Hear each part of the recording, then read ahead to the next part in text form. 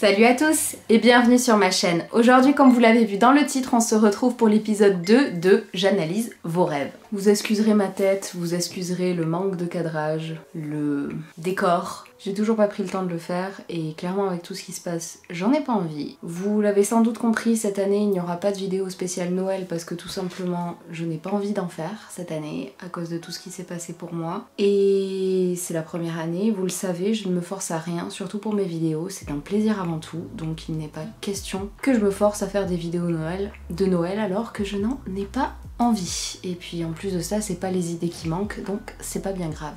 Bref, commençons tout de suite avec le premier rêve. Je me décale pour mettre le rêve juste ici. Donc j'ai fait un rêve assez bizarre dernièrement où il y avait des sortes de loups dans mon jardin, très agressifs et gigantesques qui attaquaient la porte d'entrée. Je poussais la porte et l'autre côté pour les repousser, j'étais terrifiée. Dans la maison, mon père était allongé et m'a sorti un truc comme laisse-les entrer, c'est le bon moment, et j'ai eu encore plus peur. Il était si calme, comme résigné. J'ai comme pété un plomb et j'ai hurlé aux loups cassez-vous, et ils sont partis brusquement. Tout a été soudain calme et silencieux, mais la porte était pliée bancale sous la force des coups de leur attaque. Mon père est ensuite venu, très calme, et a commencé à réparer la... J'avais toujours peur et je me suis réveillée d'un coup, c'était terrifiant, j'étais à la fois calme et très tendue, et le premier truc qui m'est venu en tête c'était quelque chose cloche. Voilà, c'était un des derniers rêves cauchemars qui m'a marqué ces dernières semaines. D'abord, moi, je pense que ton père symbolisait la partie de toi qui est plus calme, qui accepte les choses un peu plus facilement, et toi, tu étais clairement la partie de toi qui s'inquiète de tout. Moi, j'ai plus l'impression que la maison symbolisait ta vie, et que les loups étaient quelque chose, une nouveauté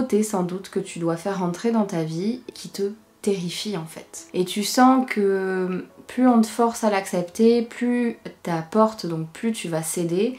Et en fait, tu reprends le temps de te reconstruire pour dire non, je n'en veux pas. Donc, est-ce que c'est une bonne chose, est-ce que c'est une mauvaise chose? Ça, c'est à toi de le décider. Mais en tout cas, pour l'instant, on dirait que ça te panique plus qu'autre chose. On va chercher dans les dictionnaires. Donc, on va chercher d'abord loup. Ah bah, je tombe d'abord sur maison. Ça rejoint un peu ce que je te disais, ça te représente en fait. Loup, des gens nous menacent séparément ou en meute. Une lutte pénible est en cours contre les instincts intérieurs. Une connaissance suscite des difficultés dans une affaire. Moi, ça résonne vraiment, comme je te disais, j'ai l'impression qu'il y a un changement qui essaye de rentrer dans ta vie et ça te fait peur. Est-ce que c'est une personne? Est-ce que c'est autre chose? Je ne sais pas. Mais en tout cas, c'est là. Le deuxième rêve que j'ai sélectionné, c'est une porte ancienne en bois arrondi qui s'ouvre sur une maison immense, vide, des rideaux. Donc, si on reprend le truc, le rêve nous symbolise de l'intérieur. Immense, vide, avec des rideaux. On va chercher le symbolisme des rideaux. Rideaux, que l'on voit, un secret. Ah, intéressant. Donc pour moi, la maison vide, elle symbolise ce que tu ressens, ce que tu penses être.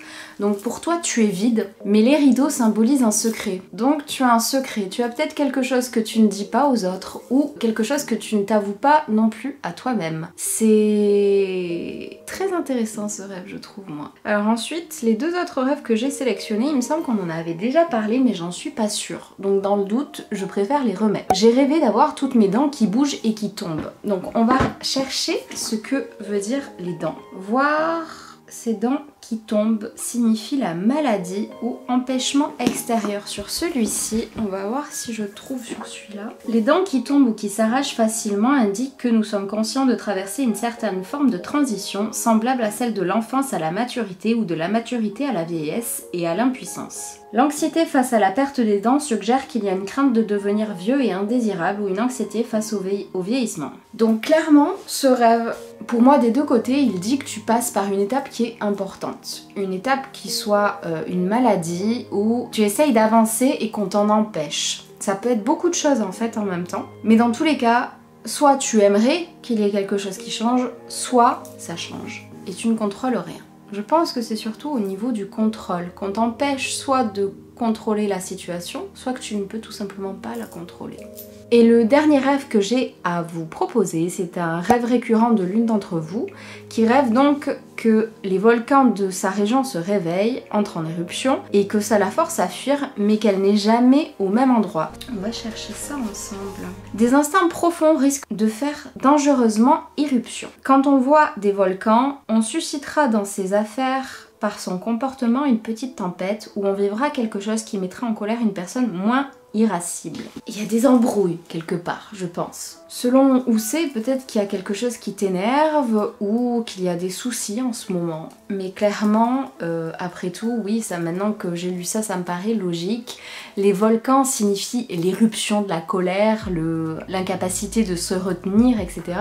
Ce qui veut dire que moi, je devrais le faire assez souvent quand même. Voilà, c'est tout ce que j'ai à vous dire en fait. Je sais pas combien de temps aura duré cette vidéo, mais ça m'a fait beaucoup de bien parce que, bah, pour ceux qui me suivent sur Insta, vous êtes au courant d'à peu près tout en fait. C'est pour ça qu'il faut me suivre là-bas parce que vous savez en avant-première s'il n'y aura pas de vidéo cette semaine, si je vais bien, si je vais pas bien, ce que je fais de mes semaines, etc. C'est clairement là-bas qu'il faut me suivre pour savoir tout ça. Et clairement, ces derniers temps, ça a été un enfer, n'ayant pas peur des mots. Là, je pense que vu tout ce qui s'est passé, j'ai le droit de l'utiliser. Et filmer, là, c'est un petit peu mon exutoire. Donc, certes, je me suis pas maquillée, certes, je me suis pas coiffée, certes, j'ai pas allumé mes éclairages, j'ai rien fait du tout. Mais ça m'a permis de me changer un petit peu les idées, de penser à autre chose. Donc voilà. J'espère que cette vidéo vous aura plu. Si c'est le cas, comme d'habitude, n'hésitez pas à mettre un pouce bleu. Dites-moi en commentaire si vous avez des rêves récurrents que je pourrais peut-être prendre pour une prochaine vidéo. Parce que comme vous le savez, moi, c'est le genre de truc qui m'intéresse beaucoup. Vous pouvez me suivre sur les réseaux sociaux, vous abonner à ma chaîne et pour le reste je vous dis à très vite dans une prochaine vidéo. Salut!